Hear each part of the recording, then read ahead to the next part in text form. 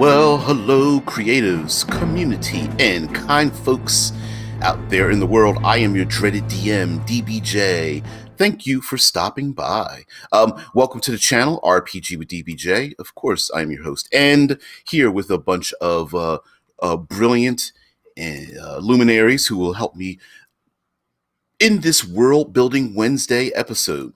For those who do not know, this show goes live Monday through Friday, and we usually take a subject and we talk about it all week long, and then we subdivide it based on the day. And of course, today being Wednesday is World Building Wednesday.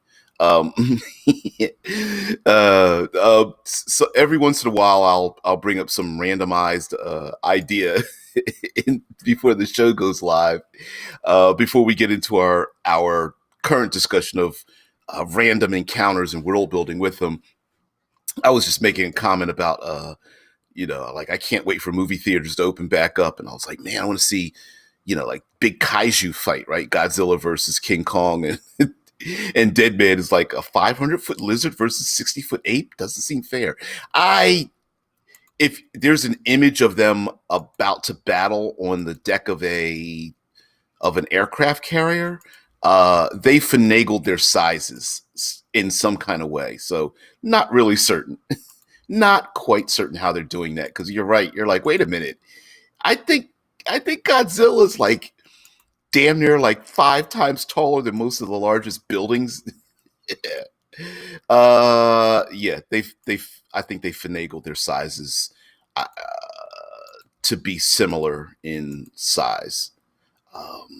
And they've kicked King Kong's size up much bigger than like 60 feet if you've seen the latest King Kong movie, which is a little bit random, which kind of brings up our subject for today, with a random random subject thrown in there. All right, so in tabletop RPGs, hey Lurker, what's going on there? Tabletop RPGs, there is a bit of a division amongst us when it comes to using random encounters. And I thought we would talk about the good, the bad. What do you consider a random encounter? How would you use them? How have they been used classically?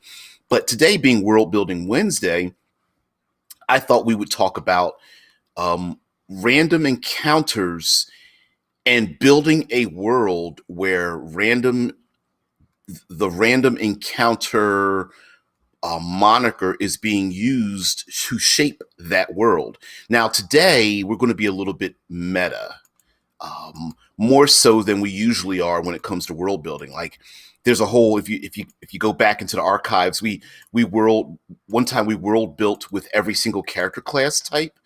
We've been world building with a lot of monster style types, some more specifically than others, but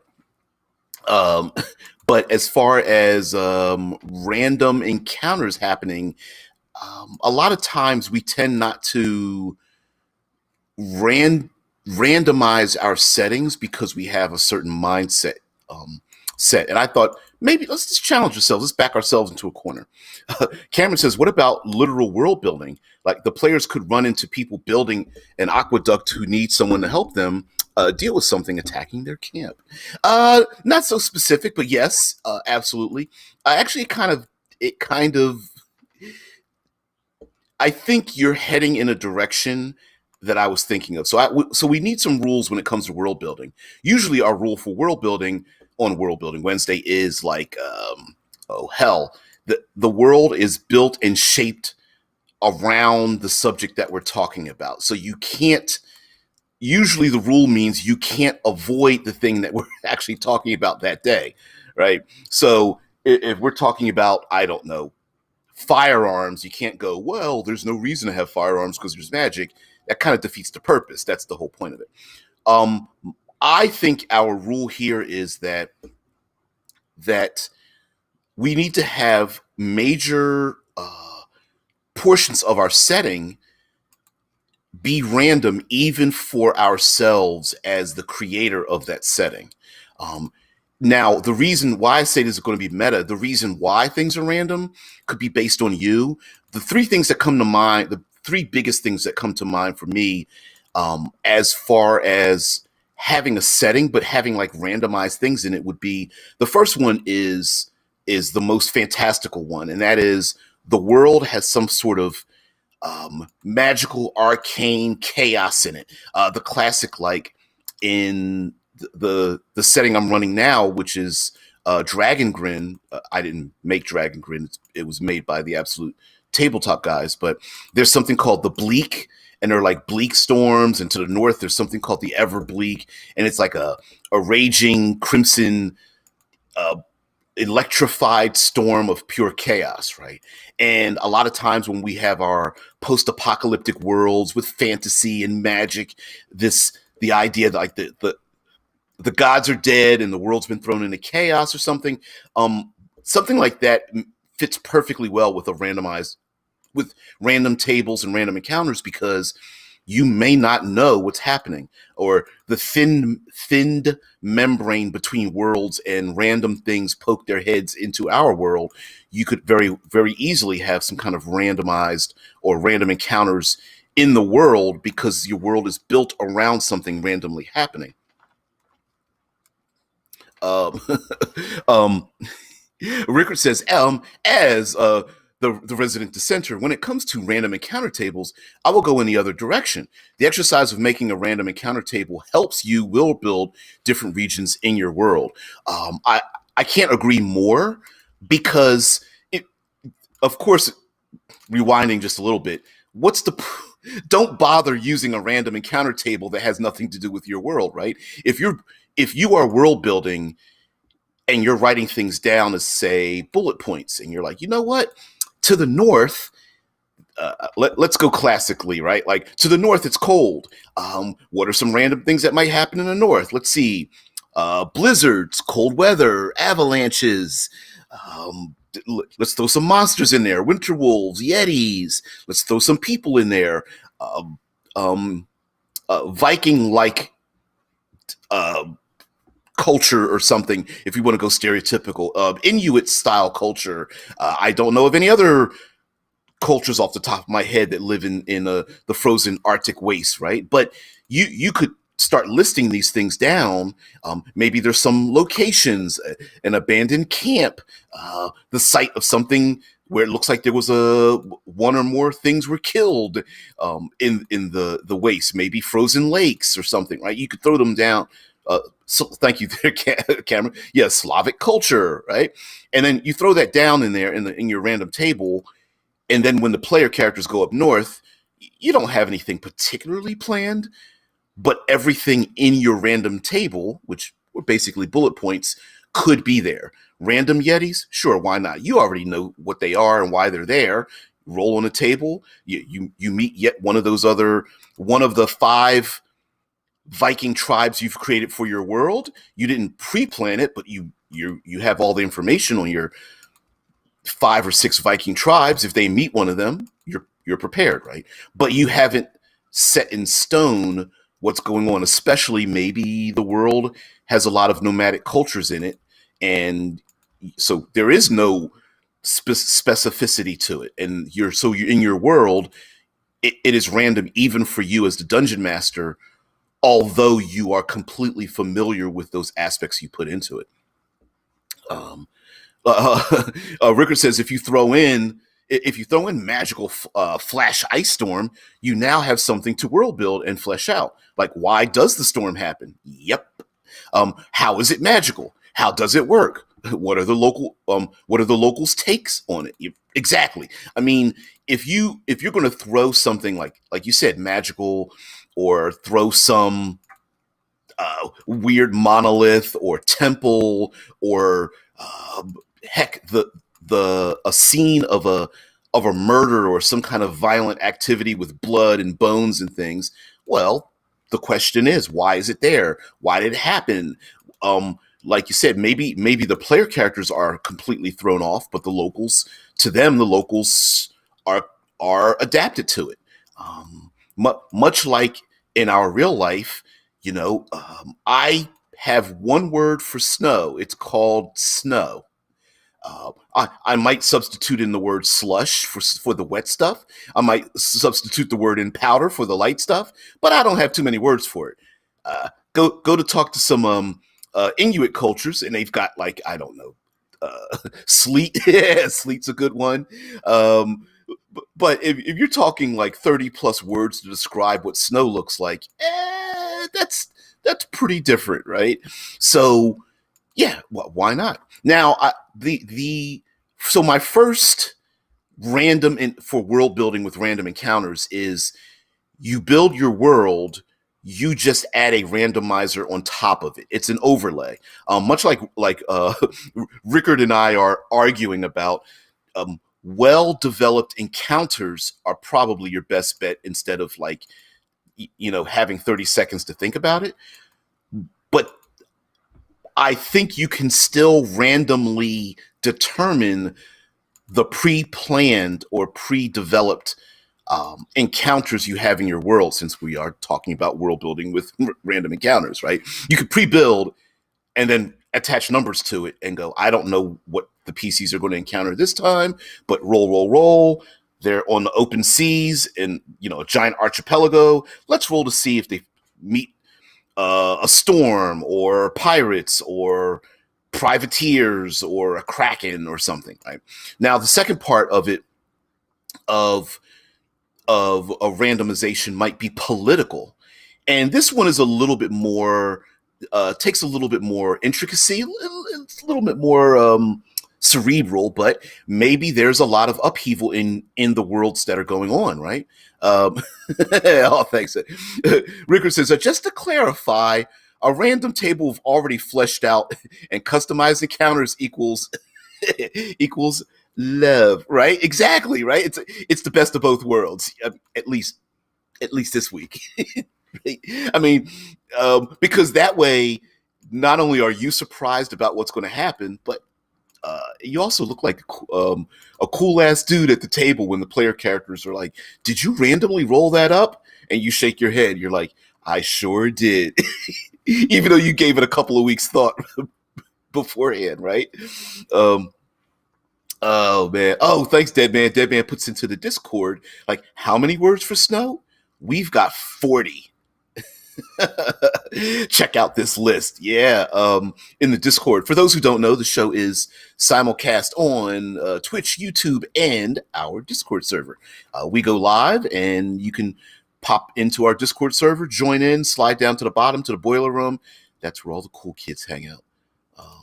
I don't know. I think some of you are smoking weed down in there, but don't tell the administrators. Now, the for political upheaval, and maybe this is even for like a mid to low magic or even zero magic world, where the player characters could leave, and when they come back, um, dead nobles, rebellion, economic strife, famine, disease. You say that, Omen, but I smell it. Um, so one of those strangeisms might be that every time the players return to one or maybe major portions of the world, you don't know what to expect. Are there roving bandits around? Are there people pushed to the point of starvation and cannibalism? Is it yet another epidemic or pandemic of some sort with like the Black Plague? Is it yet another pseudo noble taken over and slaying the nobles that are there and trying to fight for the crown? And how does that affect what's going on in the world? Now, mind you, um, a random table of that might not be too many encounters, but it might be lots of information, right? It might default to world building information and info dumping more than another monster that you encounter. Although monsters might be a big thing as well. If the countryside keeps changing, maybe the monster problem keeps getting worse and worse. Um, and anything could happen, right? Like doppelgangers invade the countryside, and everyone's panicked and paranoid. So when the PCs return back through the countryside, everyone is suspicious, and they've got packs of trained dogs to sniff out doppelgangers for some reason. Or there's an epidemic of um, overbreeding of rust monsters that somehow escaped the dungeon, and so now rust monsters are like scouring the neighborhoods, scouring the countryside and going into mines and roaming around cities, and everyone's pissed off because they're rusting all the metal, and the value of a nicely forged longsword goes up from, I don't know, 10 gold pieces to 5,000 or something. It could be something weird like that. So yeah, yep. Like Rickard says, moving up the meta of what we're talking about. It says going one step higher is a random plot table. Oh, absolutely. Plot tables are a big deal where, on one sense, the player characters, the one plot might be they are blamed, for a crime, and they're being hunted down, even though they aren't the they did not commit the crime, but they are mistaken, or someone blames them and blackmails them or something. And then later on, maybe there's a plot that someone wants to hire them to overthrow a government, and then another plot is to delve into do the classic dungeon dive and delve into an old crypt that has valuables in it, or an ancient piece of paper that shows who owns the land in this particular region or something like that. So you guys are going off on the snow thing. Cameron says random encounters build the world for the players, so I use them to fill in a lot of stuff in my game. I write one encounter, but it may become the prelude for an adventure hook. Yeah, oh, absolutely, right? Like he goes on to say, oh, you ran into those bandits? They got a fort up the hill. They give us problems all the time. Right, like, sure, you could just roll randomly and go, oh, bandits on the road, and it could be a one and done with no particular plot point to it. Or you could even have, I know you guys have seen multi-stage random tables where you have a random table listed vertically, and then horizontally you'll have columns like a subject, their purpose, what they desire, right? So you could bowl, there might be bandits, there might be like animals on it, it could be soldiers, it could be anything. And then it might have, they might have a mission, and a mission might be to recover escaped prisoners, or they are searching for lost treasure, or they are lost and are trying to find their way back home. They are infected with a disease, and then maybe a third column might be like an oddity or something like, I don't know, one of the members is a someone the PC remembers from their background and grew up with, or the individuals in this case have lost their memory due to some arcane curse. We don't know why, right? Like you can do something like that. Snow. Ray Tesla says the 7 most common English words for snow are snow, hail, sleet, ice, icicle, slush, and snowflake. Glacier, yeah. Pack or snowpack for skiing terms. Crud, crust. Yeah, snowflake. I know you see lots of snowflakes there, Omen. Um, Rickard says, say your big bad evil guy has have multiple plans in the works. Have them randomized in a table when you need to give clues on something that the players are investigating. You can roll on a table to give clue on a related plot, especially if you're like big bad evil guy is like Rickard is mentioning, juggling a lot of different things, assassination attempts, uncovering of ancient texts or magical artifacts. What are some other ones? Bribing or intimidating nobles to get them to do what you want, or organizing a rebellion to overthrow people who are resistant to the big bad evil guy's particular machinations at this time. It could be sabotage or destruction. Heck, it could even be creating peace, basically by the bad guy gaining the favor of the population by doing good things, which might throw the player characters off as the bad guy is serving, I don't know, free turkeys to everyone, and fresh baked bread or something to the local population because the local nobles don't have the money or even the intentions of helping the common man, but the evil person does. Yep. Yep. A fear versus peace conflict would be a thing, and uh, all kinds of stuff. Now, I would say, and Rickard already got ahead of me on this one. Um, the last type of randomization that we can throw in it could be what I'm going to generally refer to as meta randomizations. So things like plots, random tables for, say, the titles of individuals, right? So, for example, you might have a religious institution in your world, and you don't want to cement their titles and who they are, but you might have a randomized table for coming up with people's names or titles or descriptions of monsters.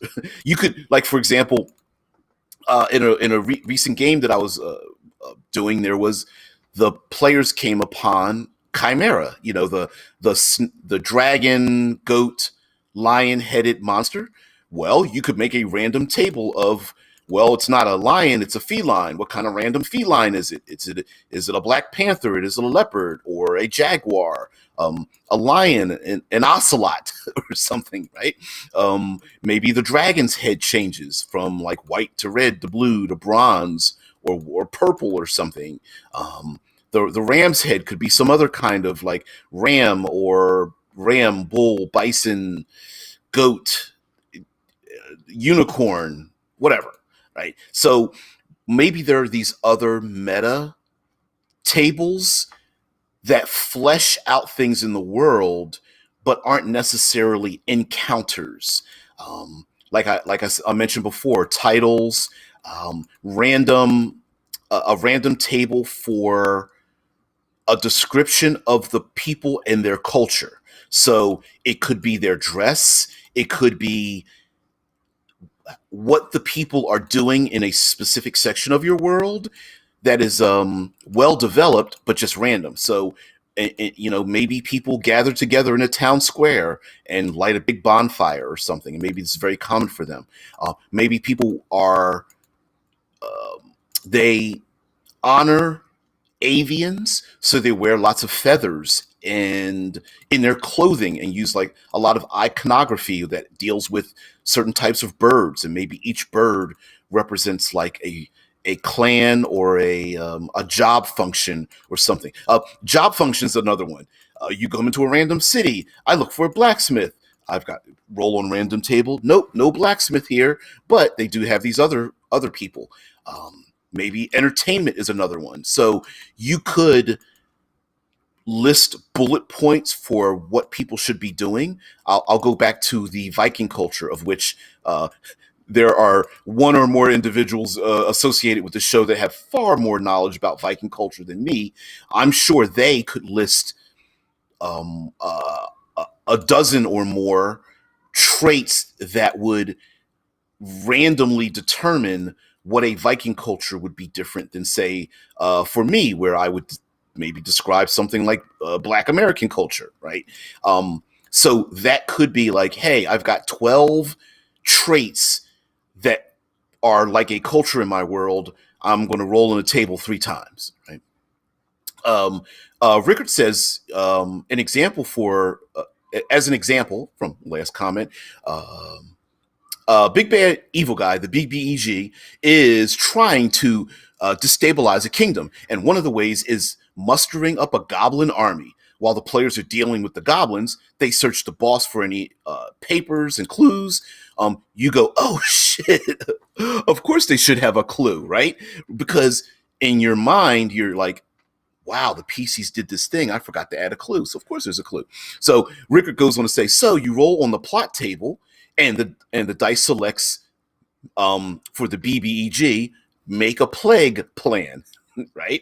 So the players now find a note on the goblin boss that makes mention of them having to search the caves on the hill for a black cone mushroom as is needed for the dark feast, right? And using and like you're mentioning, you like specified like there are caves with a black a black mushroom that's needed for a dark feast, that's specific because maybe in another part of the region, that kind of like mushroom or something, maybe it's like a spore or whatever that causes a plague or could cause a plague or something, or is needed to like poison the population or whatnot. That might be very specific for that region. And of course, we're doing some die rolls. You do your like history or religion or arcana checks or something to discover what possible, why would the goblins need it. Maybe it's very evident that maybe goblins aren't smart enough to use something like that, so maybe they've been instructed to get the thing because of the note, which means that this automatically means that the goblins have at least one or more people above them giving them instructions, which then leads them down another path. And if you have designed your world, you've already, again, you've got your eight top eight plots of your big bad evil guy. You just start to put them into a random table, knowing full well what those eight plots are going to be, but the player characters stumble upon those plots in a random order, thereby uncovering what the evil person's going to do. You just haven't preloaded, like, okay, encounter one, they'll find this clue. Encounter two, they'll find this specific clue. Instead, you like randomly put them together. He goes on to say, you can now drop hints of other ingredients for the plague plots elsewhere, or give more clues what the dark feast is, or you give them other clues for other plans. And that's a classic storytelling trope. One manner is very linear, right? They gather, there's a clue about the dark feast, they get a clue about ingredients, they find someone knowledgeable about what the dark feast means, so there's a linear progression. Or the other one is finding clues that are completely unrelated to then discover that all the clues are absolutely related, even though on the surface they seem like they're completely unrelated, right? So, going up into the dark forest, and then finding a clue that someone from the frozen wastelands was there. And you're like, why is there someone from the frozen wastelands? Okay, PCs keep moving on. And then there's another agent from the accursed desert who's in the jungle. And you're like, what? And then none of that makes sense. But then the players then discover that the big bad evil guy is amassing an army in the four corners of the world. And they're going to converge into the main nexus of cities or something, right? So those are two methods to tell a story, and both of them work pretty well depending on how you do them. Jasper Hartwood, hey, what's up? Thanks for popping in there, Jas. And no problem. You could lurk around, or maybe my dulcet tones will put you to sleep. Either way, glad you could be here. Drew Murray says, I've often enjoyed taking a postmodern deconstructionist approach to alien cultures and societies that players interact with, things like industries developing differently, while their functions are still being represented. So randomly determining that blacksmiths aren't a thing doesn't mean their skills aren't presented at all. Perhaps metal is so rare in that culture that expert architects learn to work with it just for construction. I love the idea of randomizing what industries are smushed together. I like that word, smushed, too. And you're right. And who's to say that there aren't extenuating circumstances for something to exist or not to exist, right? Let's go down the path of your metal idea. Maybe there is a random reason why a culture doesn't use metal. It could be for some religious purpose. It could be it's rare. It could be that it is very dangerous to obtain. It could be a political reason. Maybe the nobility or people in power, not necessarily nobles, but maybe the people in power have confiscated it, or much like a war footing, people are handing over what metals they have to use them for for the armies.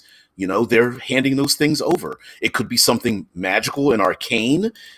There's a number of reasons why, and of course this could be temporary a very temporary thing, only during the war campaign, or this could be rather long term. It's because of those damn rust monsters that we've finally gotten rid of and piled into a big, killed and or corralled or something or whatnot. So um, ripping apart cultures and then I don't want to say just randomizing all of them, but taking aspects of different world cultures and then smushing them together in different regions. And then after you've done that, having little randomized elements, like for example, clothing style is one thing you could randomize, or body affectations like scarification, piercings, tattoos, the way people's hair is done, um, family structure. Family and romantic structures might be different in one part of the world or the other, and you're like, I haven't decided. Hey, you meet people on the road, and as a game master or dungeon master, one of the players is like, I go to talk to them, and you're rolling your eyes like, I didn't even have anything planned. Random, random, random. Oh, they're like this. Um, you know, yeah, Rickard says the PCs might not know what exactly all those plans are, but they know that at least 5 to 6 plots are in the works. Yep.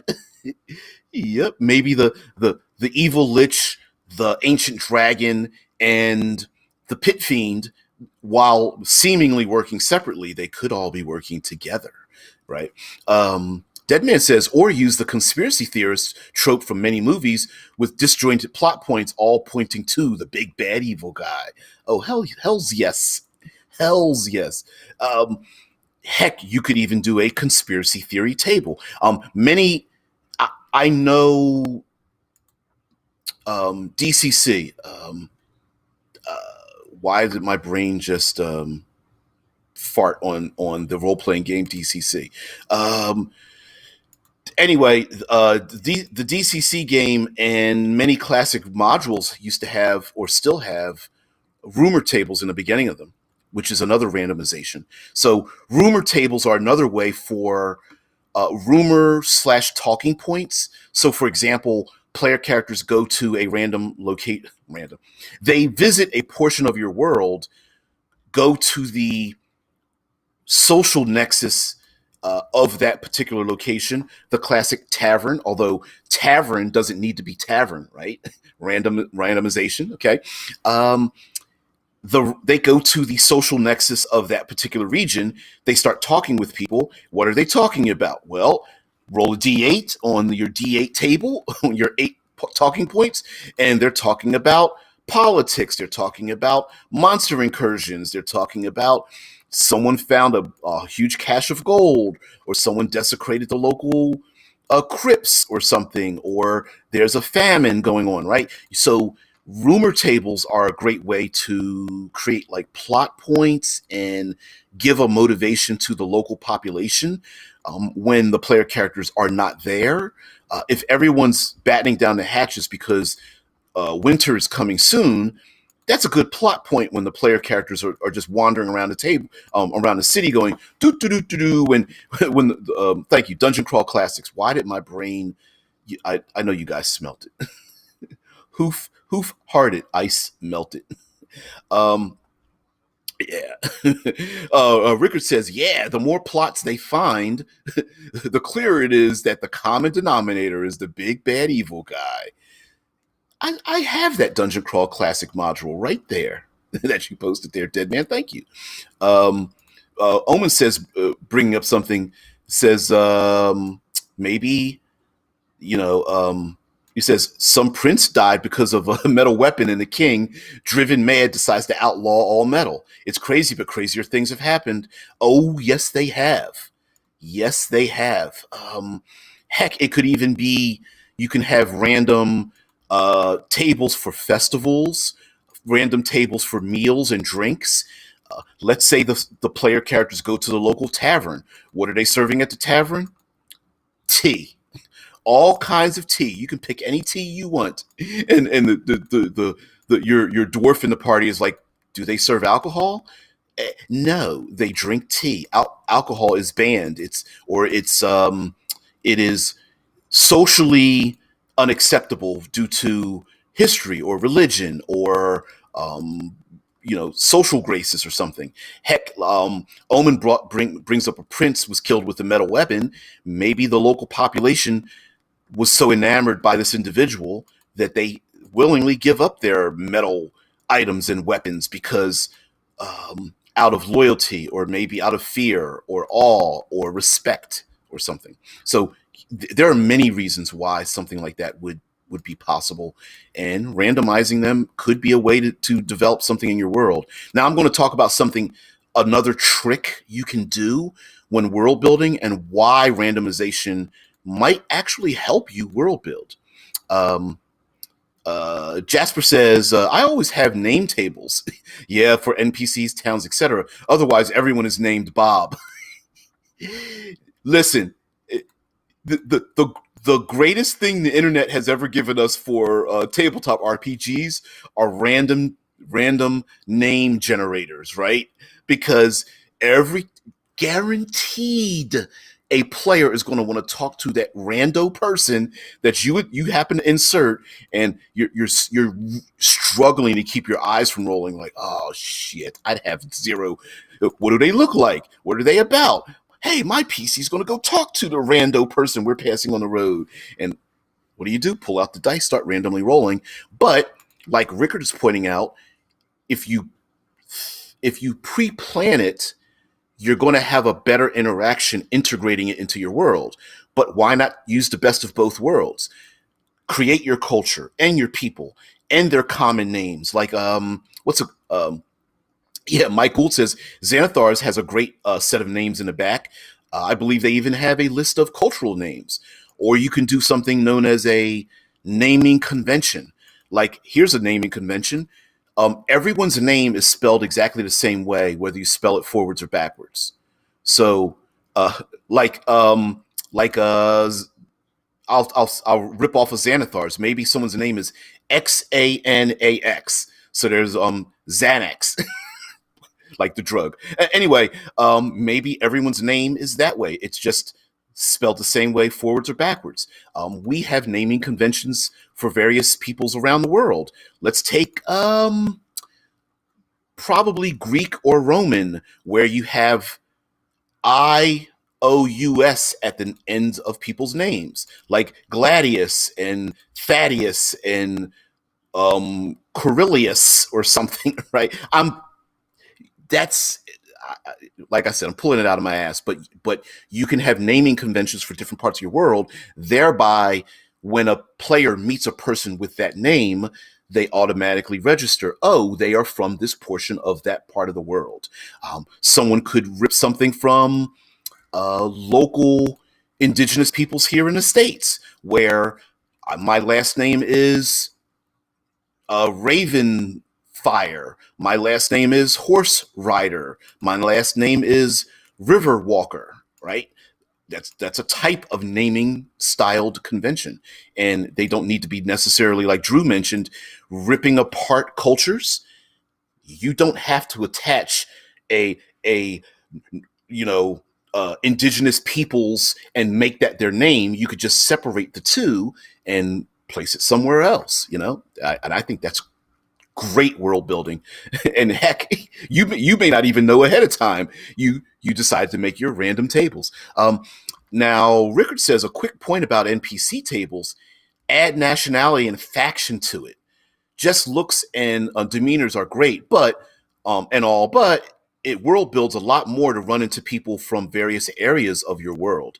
I absolutely agree with you in the sense that, like, if you visit, let's go back to my stereotype. You're going to go north and it's cold, right? It doesn't necessarily mean it's not a monolith, right? You're going to meet people from other parts of the world in that location. And maybe in your randomization, there's a less chance of meeting someone from a desert region in the north, but who's to say there isn't, you know? And also, like I said, people aren't monoliths. As you point out, for like nationality and faction, who's to say someone isn't transplanted from a different part of the world who is now native to that location? Someone from our world, from, say, India, could very well move to Norway, and they live there and they have their family there and stuff. Why wouldn't that happen? Well, of course it would. Yep. 13th warrior. Yep. Desert region folk in frozen tundra folk territory. 13th warrior, anyone? Yep. Yep. Absolutely. Absolutely. And guess what we saw? Like, the 13th warrior had a very small but fast horse. He was more culturally, as a warrior, he was lighter on his feet than um, the larger Viking people that he met up with, and that was a cultural difference. Hey, player character goes to a different part of your region of the world. They ride different animals. They eat different foods. So yeah, hell yeah. Drew's like, yeah, I also love the 13th warrior. Me too. Me too. Uh, um, where's the Mike Gould mentions I based hobgoblins in my world on on a suffix, since they worship Magubliet. All hobgoblin names end in Buet or Buet.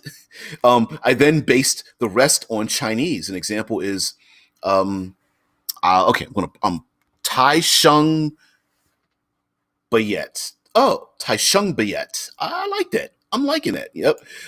Means iron foot, an insult, a nickname she picked up for being clumsy. See, I'm liking it. Although, um, maybe a little bit above my pay grade in terms of the thought processes, but I can always steal something. So, hell's yes. There are historical references of Vikings in Turkey. Oh yeah. Oh, we've seen, heck, there's historical evidence of African samurai, right?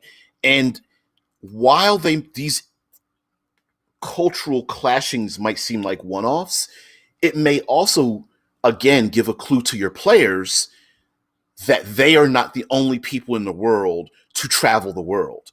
And who's to say that that may or may not be tied to a plot? For example, in the 13th Warrior, maybe the players discover that agents from, or at least one agent, if not more, who live in the desert region are coming up north because they too are finding clues about the big bad evil guy and what they're doing, right? Mike Cool's like, I get real nerdy on names. Yeah, we listen, our RPG community is filled with brilliant people. You happen to be one of them, kind sir. Um,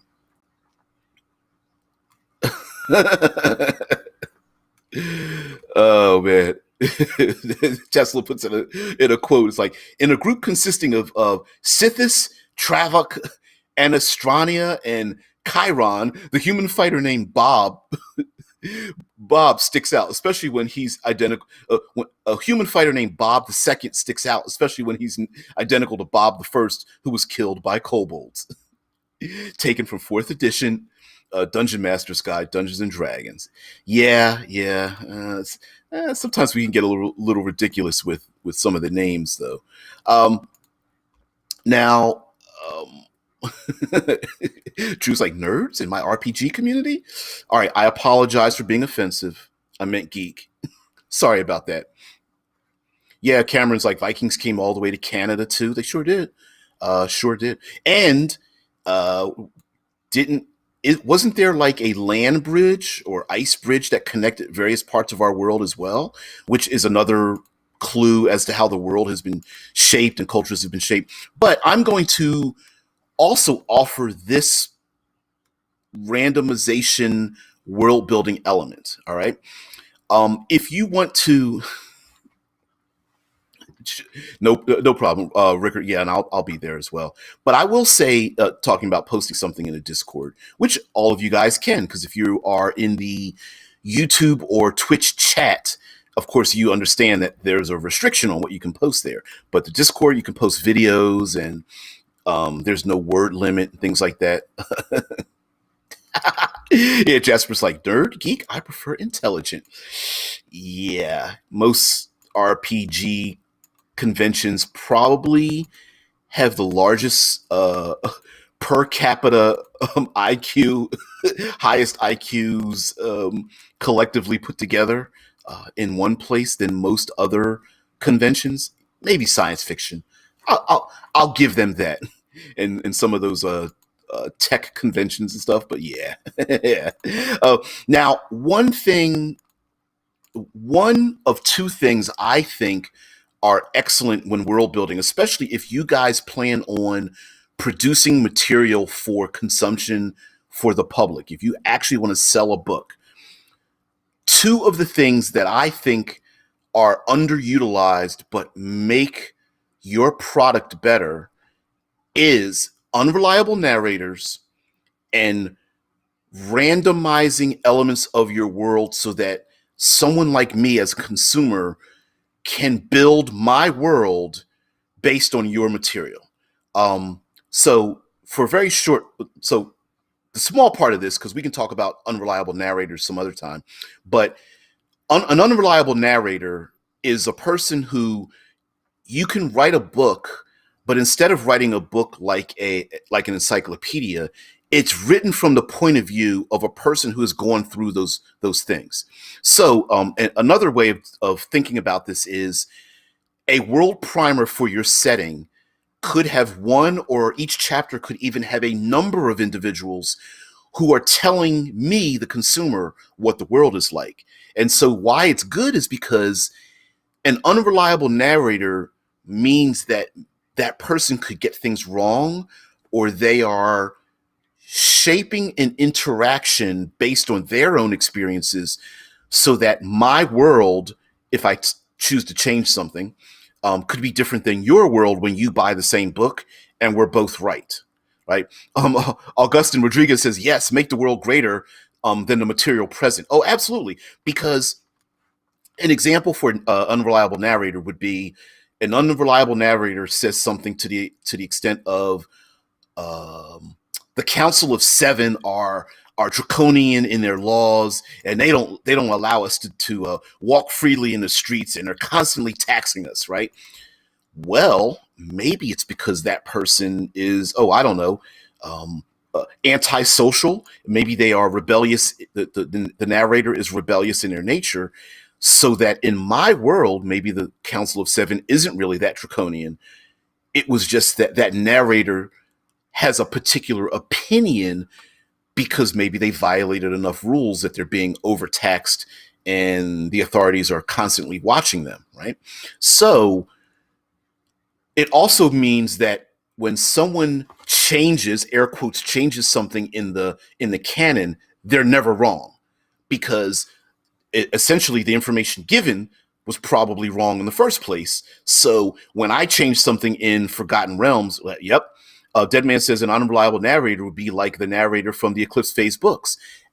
Exactly, right? It's like, hey, hey there, firewall agents, let me tell you about blah blah blah blah blah, right?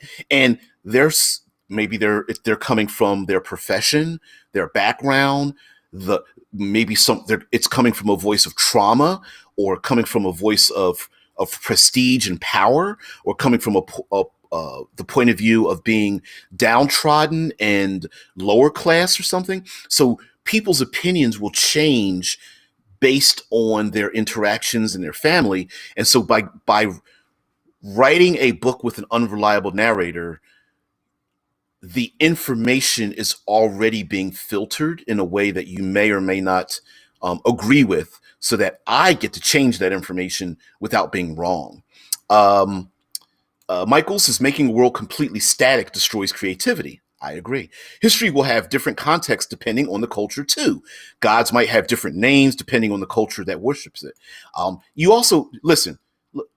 We can, if we get a little meta with unreliable narrators, this is a good way to get past all those people who like to throw canon in your face.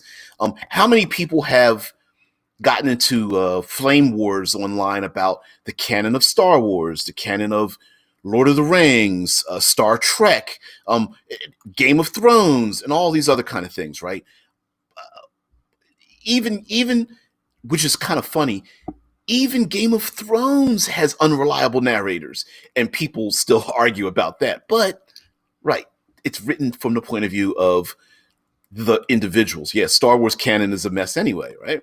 Besides, it's a history lesson because they even tell you right up front, long time ago in a galaxy far, far away. It's history. It could have been rewritten by people. So yeah, we don't know exactly what happened, but it's written through the eyes of somebody else. Now, that's one technique. The other one is randomization. And what do I mean by that? Let's say in your world, there is a council. And remember, I brought up the Council of Seven. So the Council of Seven, it leads on high. Well, maybe instead you list a couple of random things.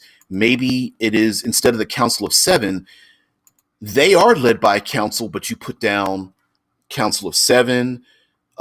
There's a council of five because two are dead because there's two empty seats.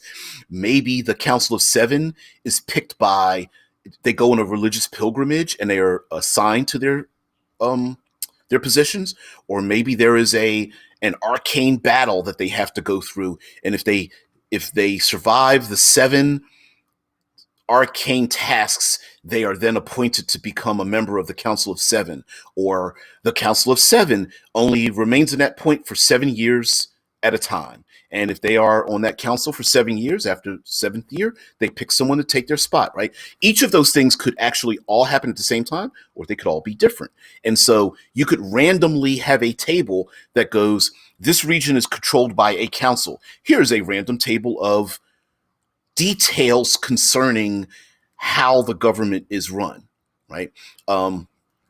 Like Deadman says, canon is the lore of a world. Canon is a weapon. Is a weapon. Yeah, canon with one end is the lore of a world. Canon with two ends is a weapon. I've seen them both used interchangeably as their respective meanings, dude. I know you have too. Yeah. Yeah, Rickard says canon, if done well, provides internal consistency, though, which is very important for making a world feel real. I think, but the problem I think with that is, thanks, Mike. He's like, amen. But I think the problem with ironclad canon is the issue of closing door.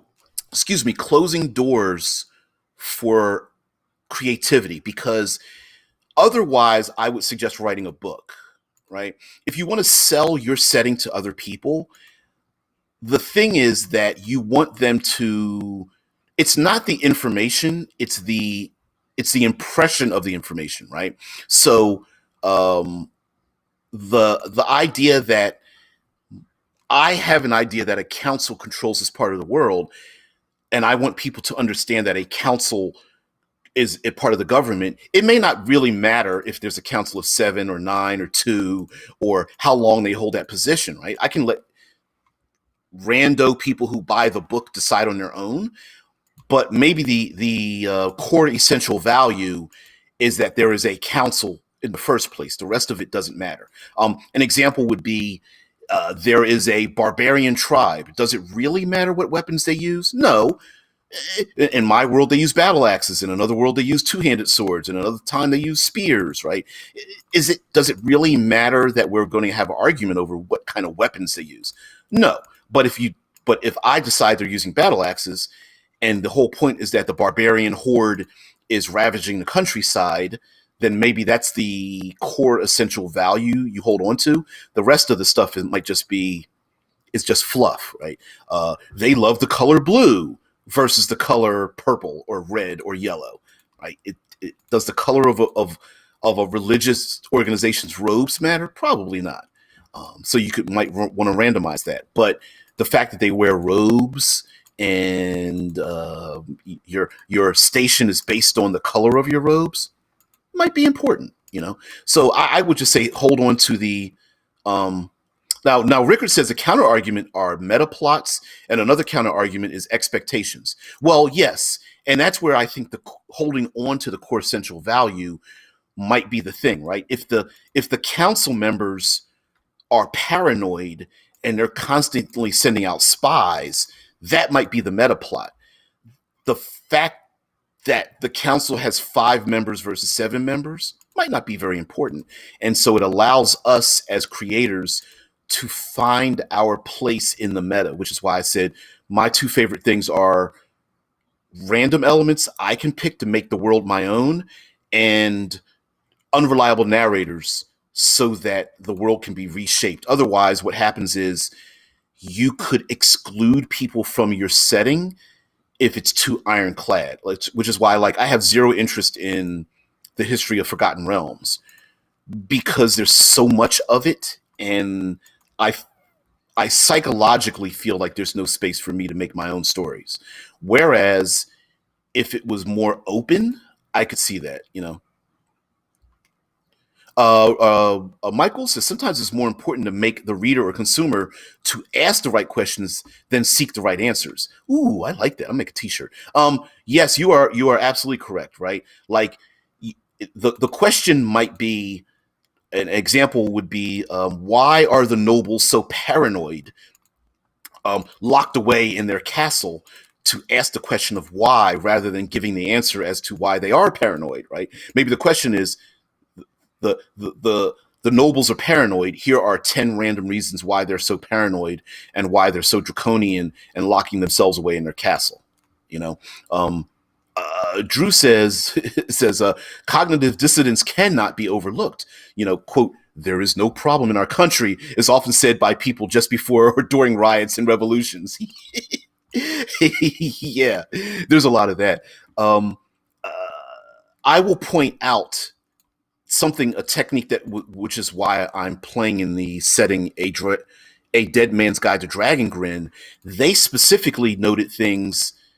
Um, they used a 3-part information dump. So what I mean by that is they will say something like, "Some people believe blah blah blah blah blah," while others say blah blah blah blah blah. But most believe, and then give information so that there socially there is a there's dissonance between what people say. Like, yeah, the some say, others some say mo- some say, others believe, most agree, right? Where even, like, for example, in our present day, we are collectively human beings, but we have different opinions about politics. And you can ask people, and some say, others believe, most agree, right? And by doing that, it allows us to go, oh, there's a knight's order. In my world, do I want the knight's order to be honorable and just, or do I want them to have a dark tinge to them? Well, some say they are quite honorable and just. Others believe that they have a they are dark and sinister. But most believe that they are necessary to keep the nation safe, right? So one person's canon, they're lawful good paladins. Another person's canon, yeah, lawful good is a stretch. Uh, but everyone's canon, well, they're used to keep the countryside safe. Now Rickard is saying, um, what I mean is that meta plots like how they have in Shadowrun wouldn't work without canon. Also, canon isn't a problem with creativity. Anyone creativity with isn't a problem with creativity. Anyone then making an 8-colored 32 by 32 pixel art is less creative than a 4K 16 million color painting. It just requires another type of creativity. I don't disagree. I'm just saying, like, it depends on how it's presented to people. A lot of times people are how things are presented matters more than what is presented. Much like it's why it is why art is important to market things. The art has no impact on the words, but some people would never buy a black and white book with no art in it, right? It's sometimes it's how the information is presented, not what the information is. So if information is presented and it comes across as static and unmoving, and there's no place for an individual to fill it in with what they want, it's not that you can't do it, but what you don't want to do is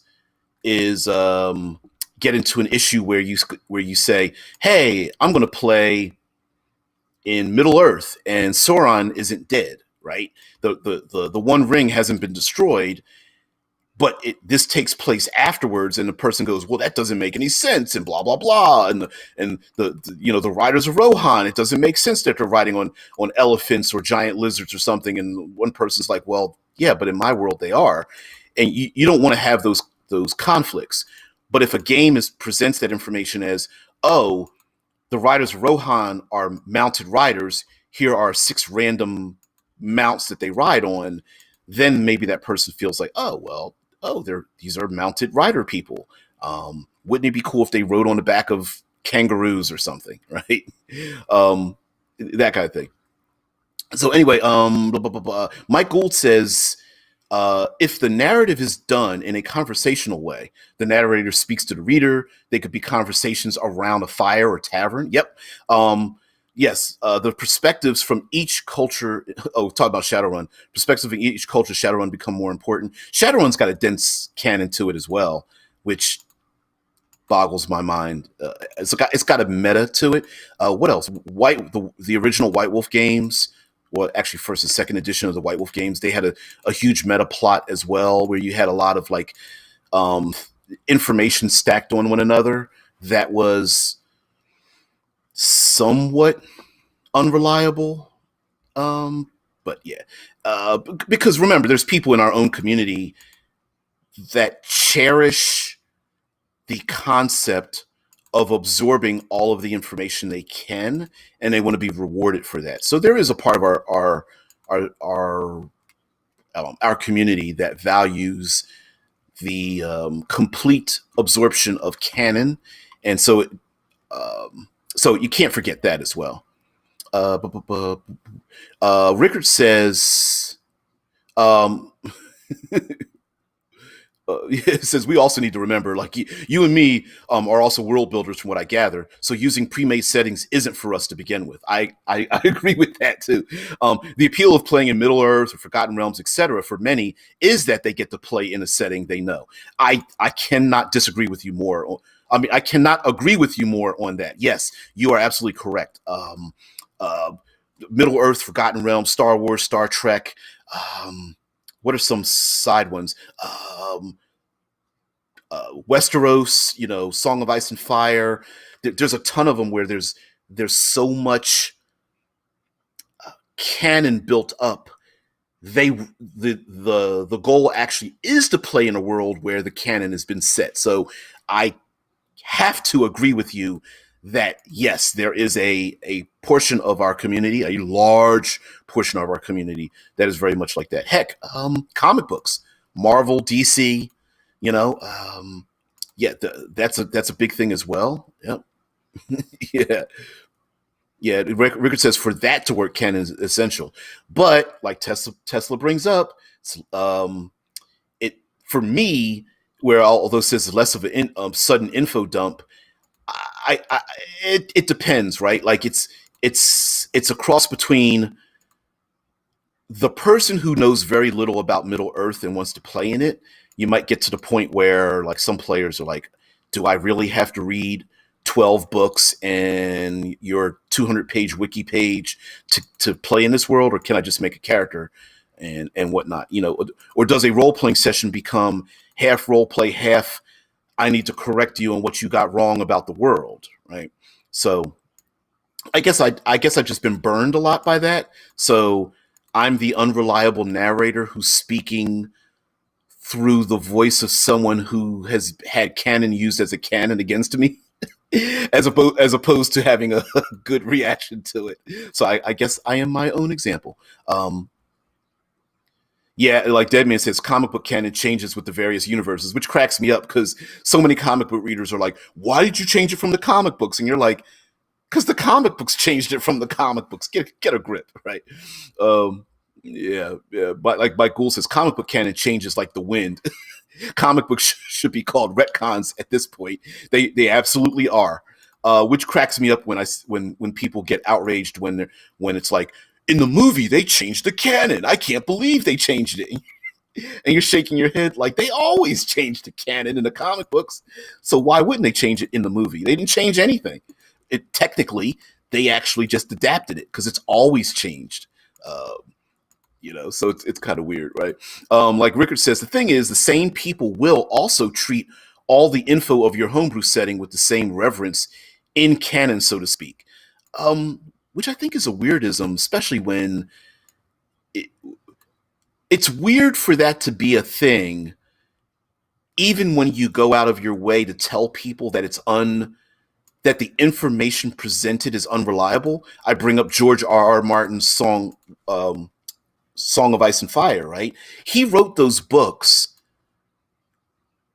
completely through the eyes and ears of unreliable narrators, right? The entire series is written through people and their opinions and their agendas. And yet there are online groups that argue about the truth of one thing or another. And it's like he purposefully wrote things that were undescribed or and whatnot, which is pretty weird. Rickard says just because you have a point of view character doesn't mean it's unreliable. True, but a point of view character automatically represents a point of view, right? As opposed to an overview image, right? If you are looking through the eyes of a particular point of view character, usually a well-written character has an agenda. Even if that agenda is to absorb as much information, right? One point of view character might be there to try to tell the story in the most fair way possible. But if that character instead has an agenda, then the information should be colored through them. Yeah. You're saying the same thing, right? Like, yes, it's colored by the point of view character, but the things that happens in the order the point of view character goes through them. Much like when you see a story and you have that one character who has the world explained to them, which is like a what do you call that? It's the person that represents us as the consumer, as opposed to the story being told through the eyes of the maverick cop or the one out for revenge or something like that. Right, and yeah, Deadman says the Dragonlance novels are all written from the point of view of one of the gods of Kryn. Right. And like if you write it from the point of view of a god, are they trying to tell you that all the information is true and accurate? Probably. And Rickard says you don't know if the point of view character is lying about what happens or not. Usually based on if they give you a hint as to the main character. Cameron says, I've always wanted to play in a game with a DM who is so specialized in an established setting that I can learn lore from playing the game. Ooh. I wonder if that's a thing. I wonder if I bet somebody could have a pretty huge channel if they specialized like that. I'm pretty sure.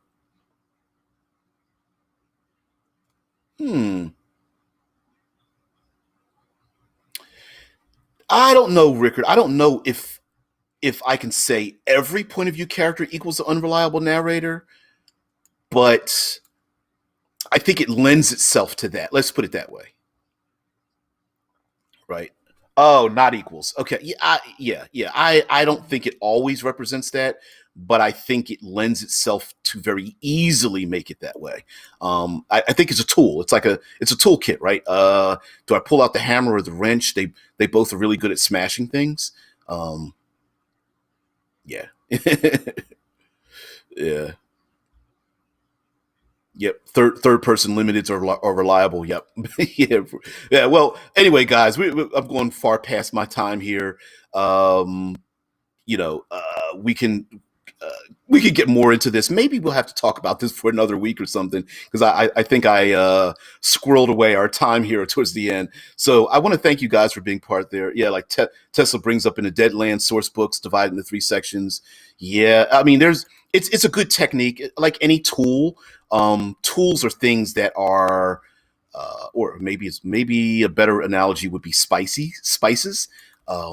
Many spices are useful for making food taste good. Too much of it or too little of it can ruin or make your food bland or unedible. So yeah, just like anything else. So guys, everyone have a great one. I've really got to get out of here, get to work. I want you guys to have a great day. Everyone, see you later. I will check you out later. Bye. Thank you for joining me. Please spread the word. Like, share, subscribe, all that crazy things. Thanks for joining in. Great for the excellent conversation. We are definitely going to continue this tomorrow. I don't even know if Third Pillar Thursday is going to be a pillar list considering the conversation. But anyway, thanks for watching, guys. See you later. Bye.